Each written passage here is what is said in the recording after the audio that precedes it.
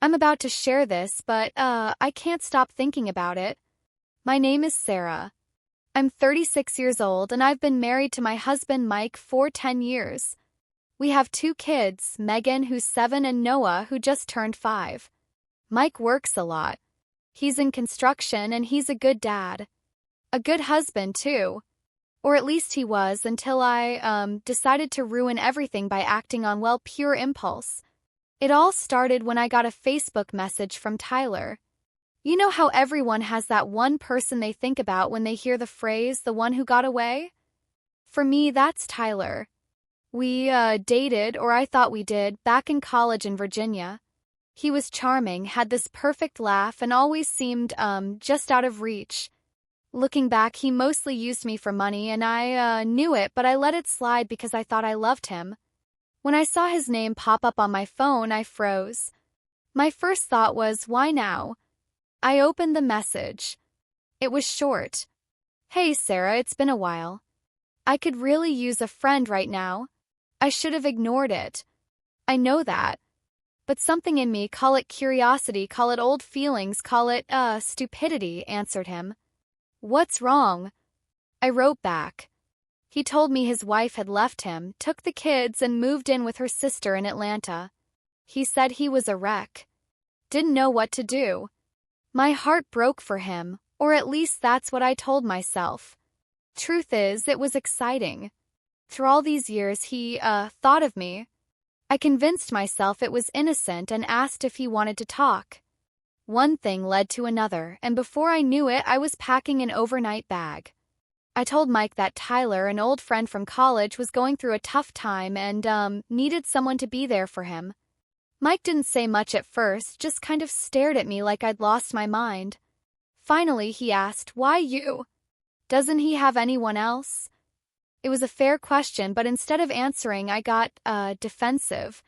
"It's not a big deal, Mike. He's just a friend." Mike shook his head. "You're really going to leave me with the kids all weekend to play therapist to some guy you barely talk about?" That stung, but I didn't let it show. "I'd do the same for any of your friends if they needed help," I said, which was, a lie. I don't even like most of Mike's friends. Mike didn't fight me on it. He just sighed and said, "Do whatever you want, Sarah." That should have been my first red flag, but instead I packed my bag and drove 2 hours to Tyler's place. When I got there, he looked broken. His hair was messy, his shirt wrinkled. He hugged me like I was his lifeline, and for a second I felt like I was 21 again. Like he was the same Tyler who could make me laugh until I cried. We stayed up talking late into the night. He told me all about his wife, how she'd never appreciated him, how she'd given up on their marriage. I should have seen through it. It was classic Tyler, always playing the victim, but I ate it up. At one point, he looked at me and said, "You've always been so kind, Sarah. I don't know what I'd do without you." I'm ashamed to admit how good that felt.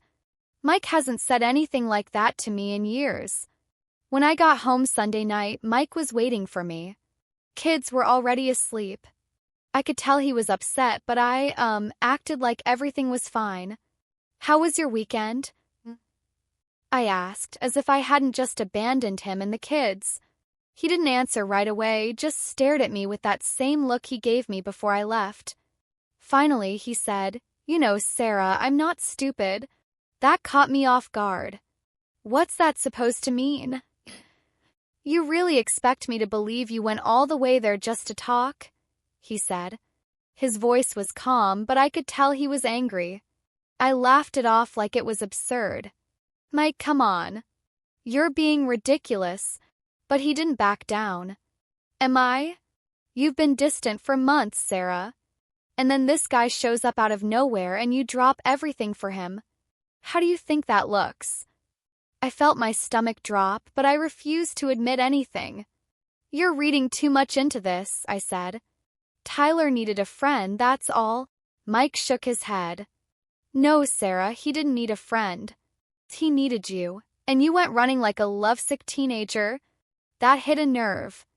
I was just being nice. Why are you making this into something it's not?" Mike laughed, but it wasn't the kind of laugh that made you feel good. "You really don't get it, do you?" You left your family to play savior for a guy who didn't even care about you back then. What does that say about us? That was the moment I should have apologized, but instead I said something I'll regret forever.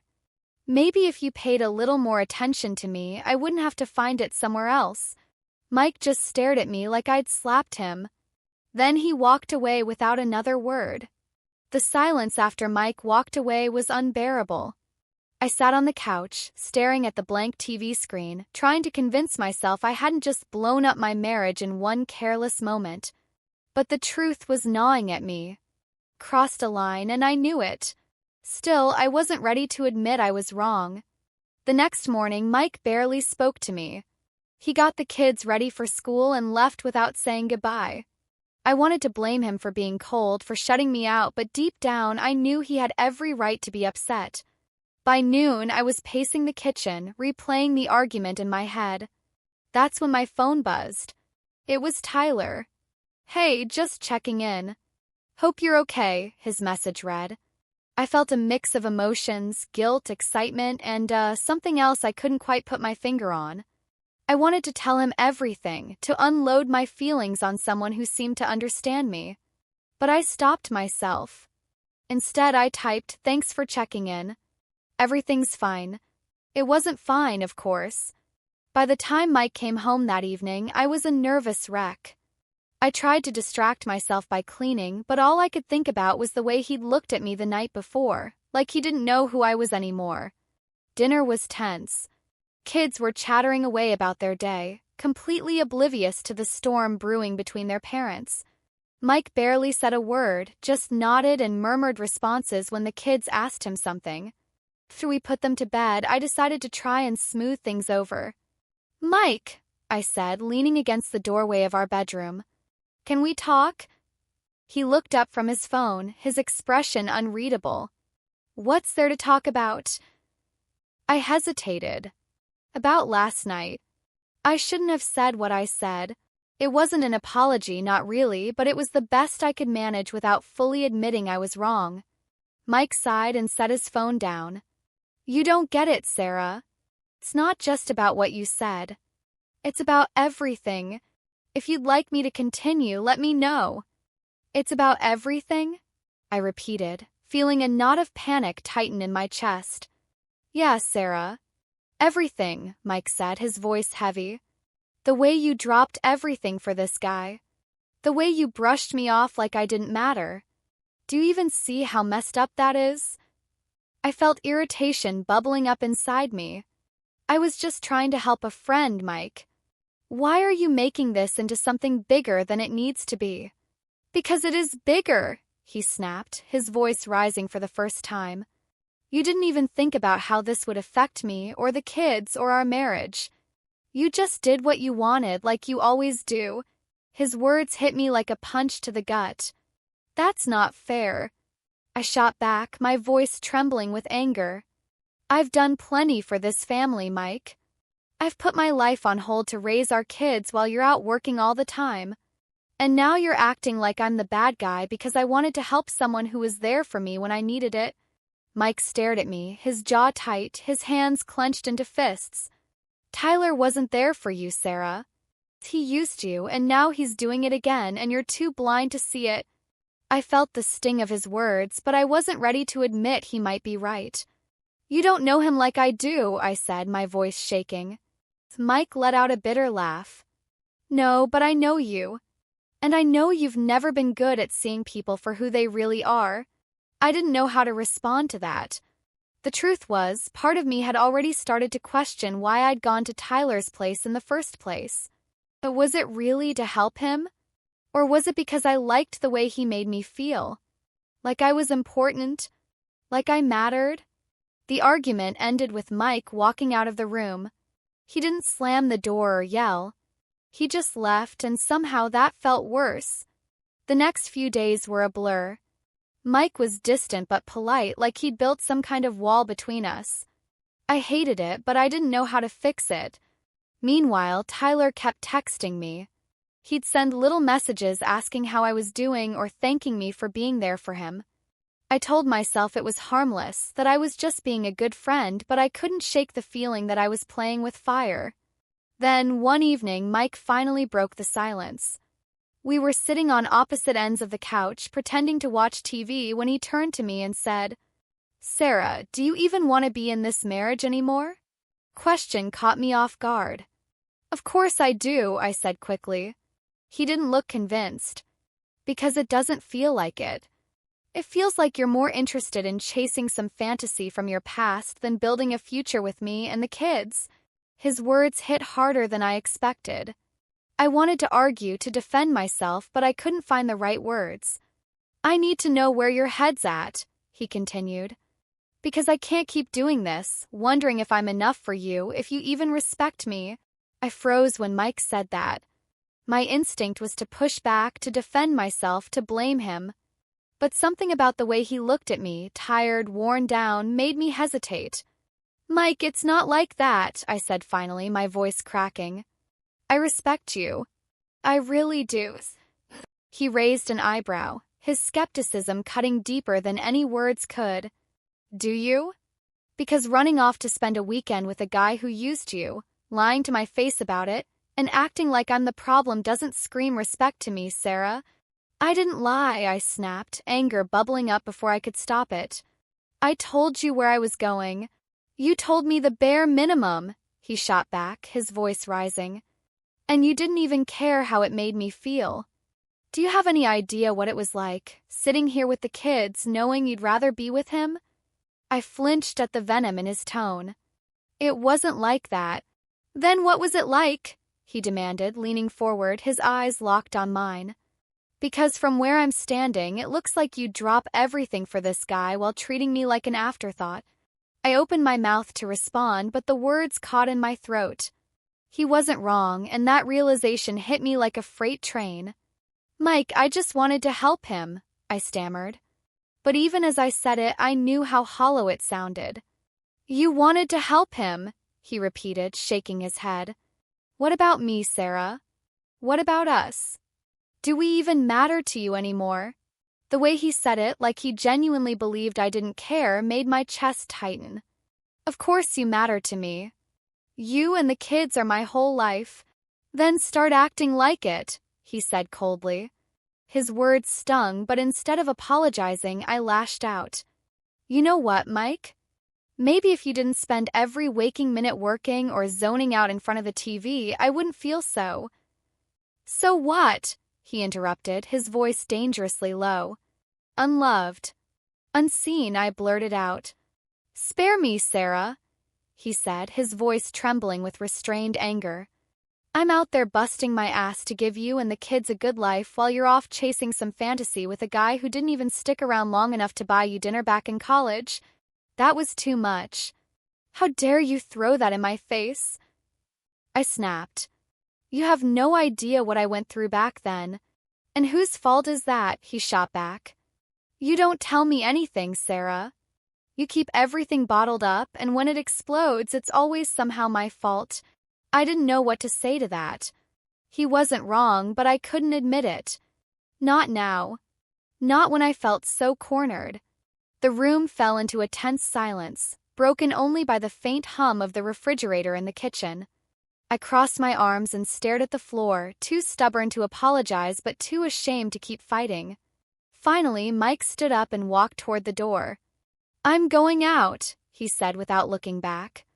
"Where are you going?" I asked, panic creeping into my voice. "Anywhere but here," he said flatly. And then he was gone. I sat there for what felt like hours, replaying the fight in my head. I wanted to blame him for leaving, for not understanding me, but the truth was gnawing at me. I'd pushed him to this point. Later that night, as I was lying in bed, my phone buzzed. It was Tyler again. "Hope you're doing okay," his message read. Without thinking, I typed back, "Not really. Mike and I had a fight." His reply came almost instantly. "I'm sorry to hear that.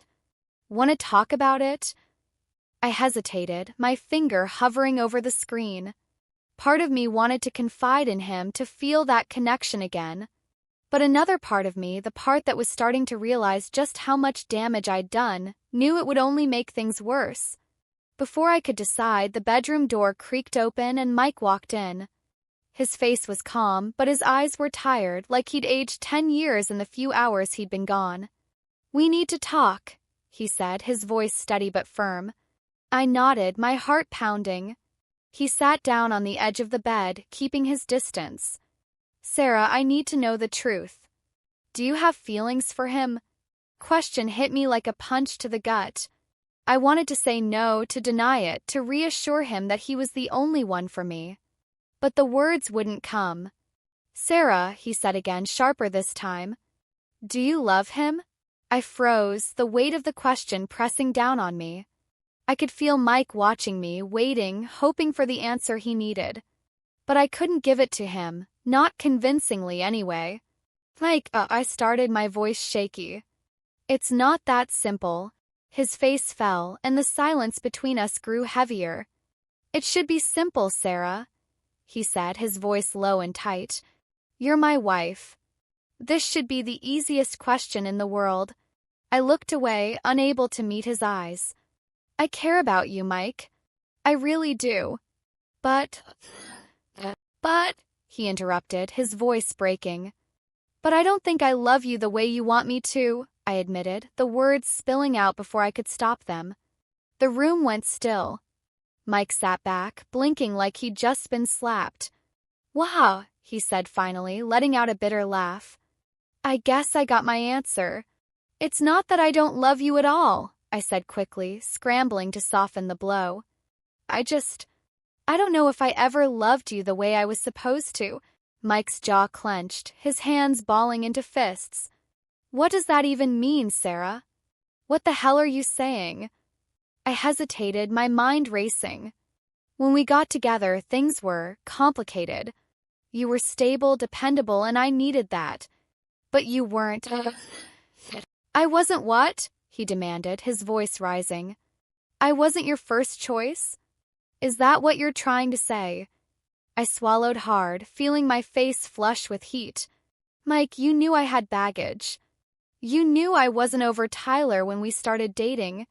And I thought we worked through that," he shouted, standing up and pacing the room. "I thought we built something real. Was I just some consolation prize to you?" I winced at the raw pain in his voice. "It wasn't like that," I said weakly. But even as I spoke, I knew it wasn't entirely true. "Then what was it like, Sarah?" he demanded, his voice cracking. "Because from where I'm standing, it looks like I was your safe option. The guy you settled for because the one you really wanted didn't want you. I couldn't deny it, not entirely. Truth was, Mike had always been my third choice. Tyler was my first, my wild, passionate fling who made me feel alive. When that didn't work out, there was someone else, a guy named Ryan, who swept me off my feet but disappeared when things got too serious. And then there was Mike. Sweet, dependable Mike, who offered me stability when my life was falling apart. I didn't mean for it to be like this," I said softly, tears welling in my eyes. "That's your excuse," he said, his voice dripping with disbelief. "You didn't mean for it to be like this? That's all you've got." "I didn't ask for Tyler to come back into my life," I said defensively. "But you invited him in," Mike shot back. "You let him stay there, in your head, in your heart, even when you knew it would hurt me. I didn't know how to respond to that." He was right, but admitting it felt like too much. "I think you should go," he said suddenly, his voice flat. "What?" I asked, stunned. "I can't do this anymore, Sarah," he said, his eyes red but determined. "You don't love me. Not really. And I deserve better than being someone's backup plan." "Mike, please," I begged, reaching for him, but he stepped back, out of my reach. "No," he said firmly. "You've made your choice, whether you realize it or not, and it's not me." I felt my chest tighten, panic rising as the reality of the situation hit me. "What about the kids?" I asked, grasping at straws. "They deserve parents who respect each other," he said. "And right now, that's not us. As he walked out of the room, I felt a wave of emotions: anger, sadness, guilt. But the strongest was a strange sense of relief. It was over. I picked up my phone and stared at Tyler's last message. I wanted to text him to tell him everything, but I hesitated. For the first time, I wondered if I was making a mistake. Later that night, I lay in bed, staring at the ceiling, the room eerily silent except for the faint hum of the air conditioner. My phone buzzed again. It was Tyler. "Hope you're okay," his message read. My finger hovered over the screen, torn between wanting to confide in him and the nagging guilt gnawing at me. Before I could decide, the bedroom door creaked open and Mike walked in. I didn't expect him to come back. After everything that had happened, I thought he'd finally had enough. But there he was, standing in the doorway, his shoulders slumped, his face weary. "I've been thinking," he said quietly, avoiding my eyes. "And I've decided. I can forgive you, Sarah." I didn't know how to react. Part of me felt relieved, like a drowning person being thrown a lifeline. But another part of me, the part one didn't want to acknowledge, felt something darker. "Mike, I don't deserve your forgiveness," I started, my voice faltering. He held up a hand to stop me. "I'm not doing this for you," he said, his tone steady but heavy. "I'm doing it for the kids. For what we had. Maybe I'm a fool, but I don't want them growing up in a broken home." His words stung, but not in the way I expected. I wanted to cry, to feel the guilt I knew I should feel. But instead, I pushed it down, burying it somewhere deep inside. "I won't do it again, Mike," I said. But even as I said the words, they felt hollow. The truth was, I'd already done it. I'd already crossed a line, and I couldn't take it back. Mike walked over to me and wrapped his arms around me, holding me like he still believed in us, like he hadn't just heard the truth about what I'd done. I let him hold me, even though a small part of me knew I wasn't the same woman he thought I was anymore. The affair with Tyler, it hadn't even really been about him. It had been about me. About proving something to myself. Something I wasn't ready to admit. Mike was a good man. Loyal, steady, dependable. And maybe that was the problem. He was my third choice. I didn't love him the way I should have, but I needed him. And that was enough to make me keep pretending. He'd never know what really happened. I'd take it to my grave. But as I lay there in his arms, I realized something. He would never be enough. Not really. No matter how hard he tried, no matter how many times he forgave me, I'd always want something more. And Mike, my sweet, unsuspecting husband, would always be the one who believed in me. The one who wanted to fix things, to make everything right. But he couldn't. Not anymore. As he drifted off to sleep beside me, his breathing soft and steady, I closed my eyes and thought about Tyler. About how it had felt to be with him again. And I knew deep down that no matter what I told Mike, no matter how much I promised to make things right, I'd always be looking for something more. But I'd never let Mike find out. And that, in the end, was the worst betrayal of all. It would be my secret forever.